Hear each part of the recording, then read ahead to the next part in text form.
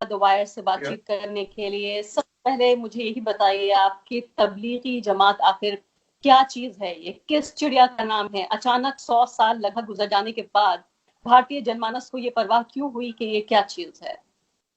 देखिए, तबलीग का मतलब जो होता है वो होता है कि किसी एक चीज को दूसरे तक पहुंचाना।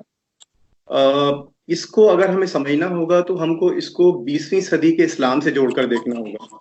20वीं सदी यानी सन 1900 के बाद जिस तरह की इस्लामिक समाजों में जो बहसें हुई और खास तौर से सुन्नी समाज में जो बहस हुई, उसमें आपस में बहुत ज्यादा विरोधाभास थे। याद रखिए, शिया और सुन्नी में ही नहीं, सुन्नियों में भी आपस में बहुत ज्यादा विरोधाभास थे धार्मिक मुद्दों को लेकर। और ये एक मुद्दा जो सबसे अहम था वो ये था कि मेरा इस्लाम तुम्हारे इस्लाम से बेहतर है। इसी चीज को दूर करने के लिए ये एक तहरीक शुरू हुई 1932 में। ये गलत कहा जा रहा है कि मेवात से शुरू हुई है। जो बंगले वाली मस्जिद है, जिसको कि अब हम सभी मरकज के नाम से जानते हैं, ये इसी मस्जिद से इस तहरीक की शुरुआत हुई है। और जो शुरुआत करने वाले थे मौलाना इलियास, उनका ये मानना था कि हमको विरोधाभासों की तरफ नहीं जाना चाहिए बल्कि अच्छाइयों की तरफ जाना चाहिए। इसलिए जो तबलीगी जमात का मेन टेक्स्ट है, जो मुख्य किताब है, उसका नाम है फजाइल अमाल, यानी अपने अच्छे कामों के फायदे। तो किसी भी तरह के दुनियावी और दीनी मसाइल के झगड़ों से दूर होते हुए मुसलमान को बेहतर मुसलमान कैसे बनाया जाना चाहिए, इसको लेकर यह तहरीक शुरू हुई। और ये इतनी ज्यादा ओपन, जिसे अभी कहा जा रहा है कट्टर है, तो इतनी ज्यादा लचीली तहरीक थी कि याद रखिए ये शुरू हो रही है निजामुद्दीन में, और निजामुद्दीन में ही एक बहुत बड़ी दरगाह भी है हजरत निजामुद्दीन औलिया की। तो इन्होंने अपने जो कार्यक्रम थे कि इसमें कोई विरोधाभास ना हो, उसको बृहस्पतिवार को यानी थर्सडे को, जुमेरात को रखना शुरू किया, ताकि लोग मरकज में बयान सुने और बयान सुनने के बाद में कव्वाली सुनने अपने दरगाह पर चले जाएं। इसलिए इन विरोधाभासों को दूर करने की कोशिश का नाम जो है वो तबलीग जमात है। तबलीग जमात के 6 मुख्य बिंदु हैं जो हर कोई तबलीग जमात वाला मानता है। पहला यह है कि आपको कलिमे पर यकीन होना चाहिए। दूसरा यह है कि आप अपनी नमाज को कायम करें, यानी 5 वक्त की आपको नमाज अपनी पढ़नी चाहिए। तीसरा इल्म और फिक्र, यानी आपको इतना इल्म सीखना जरूरी है कि हराम और हलाल के बीच में आप फर्क कर सकें, यानी इल्म का सीखना कभी खत्म नहीं होगा। चौथा इकराम मुस्लिम, यानी हम सभी मुसलमान सेक्ट्स की इज्जत करेंगे, उनसे कोई विरोधाभास नहीं रखेंगे। पांचवा इखलास नियत, यानी मैं जो भी काम करूं, अपना माल, अपना वक्त और अपनी मेहनत जो भी करूं, वो मेरा अपना है, इसके लिए कोई और जिम्मेदार नहीं है। और छठी चीज ये तफरीक वक्त, यानी मैं अपना वक्त निकाल कर ना सिर्फ अपनी नमाज को दुरुस्त करूं बल्कि अपने भाई जो मेरा मुसलमान है उसको भी इस्लाम की तरफ लेकर आऊं। ये बहुत पॉपुलर हो गई, ये जो तहरीक थी ये एकदम से बहुत ज्यादा पॉपुलर हो गई।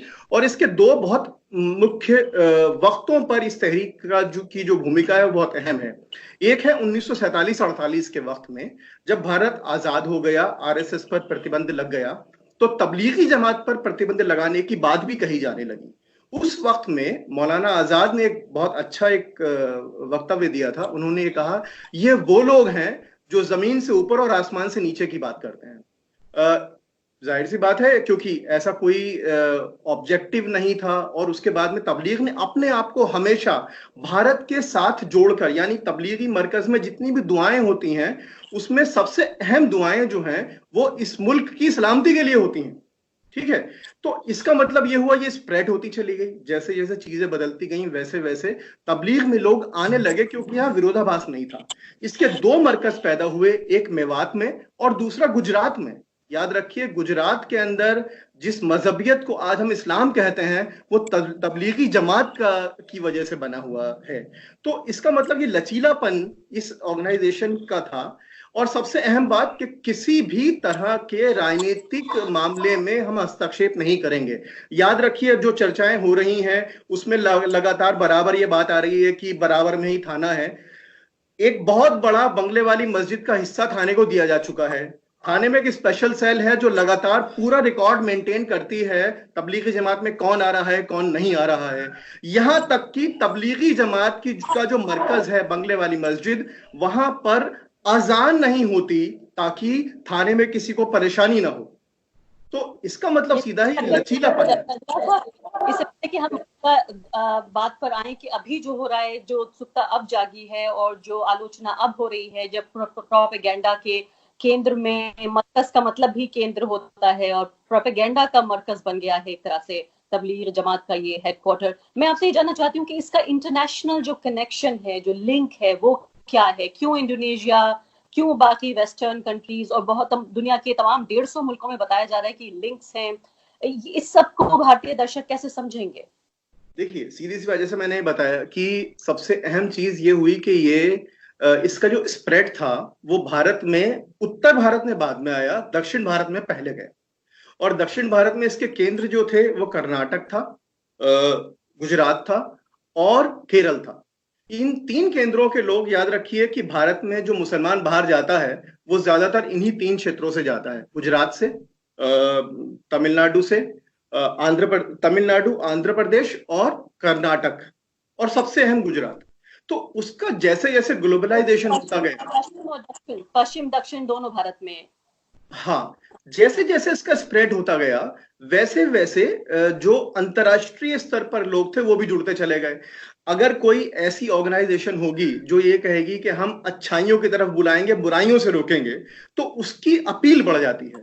और उसकी अपील, याद रखिए, जाकिर नायक और तबलीग जमात में जमीन आसमान का फर्क है। जाकिर नायक का पूरा आंदोलन जो था वो गैर मुस्लिम को मुसलमान बनाना था। तबलीग का काम है मुसलमान को बेहतर मुसलमान बनाना, कि वो अपने वक्त, अपने आप को डिवोट करके अच्छा मुसलमान बने। और उसका भी बुनियादी, जी इलाज साहब, ये बताइए कि बात, एक सवाल ये भी है कि भाई सऊदी अरब और बाकी अरब देशों से इस्लाम पूरी दुनिया में फैला, बाकी भारत को भी मिलाकर, लेकिन क्या ये भारत का एक ऐसा यूनिक ब्रांड ऑफ इस्लाम था जो कि बाकी देशों में फैला, जो भारत से शुरू होकर और बाकी देशों में गया? बिल्कुल बिल्कुल सही आपने इसको पहचाना है। ये वाकई में भारतीय इस्लाम के लचीलेपन का सबसे बड़ा उदाहरण है। हम अक्सर ये कहते हैं कि भारत में सूफियों के द्वारा, याद रखिए, जो सूफी तबलीग है, जो सूफी द्वारा एक दूसरे को धर्म का प्रचार है, उसके अंदर भी कहीं ना कहीं पर अपने सेक्ट की बड़ाई करने की बात है। लेकिन तबलीगी जमात वाहिद ऐसी ऑर्गेनाइजेशन थी हिंदुस्तानी मुसलमानों की जो कि अपनी बड़ाई नहीं कर रही है। वो ये कह रही है कि आप हदीस पढ़िए और हदीस और कुरान के जरिए अपने ईमान को कायम कीजिए। तो इसका मतलब ये है कि आप दुनिया में अपने सारे अमल करते रहिए, लेकिन कोशिश कीजिए कि आप बेहतर इंसान और बेहतर मुसलमान बने।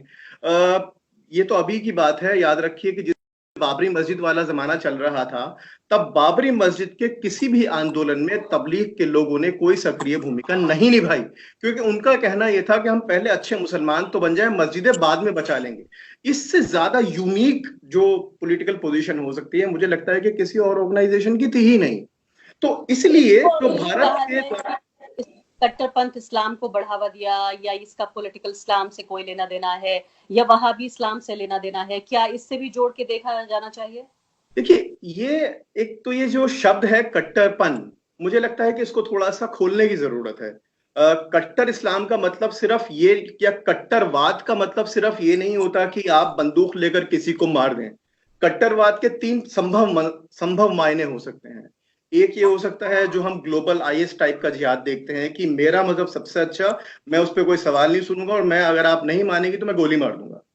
दूसरी कट्टरवाद ये होती है कि मेरा मजहब मेरे लिए बहुत अच्छा, तुम्हारा मजहब तुम्हारे लिए बहुत अच्छा।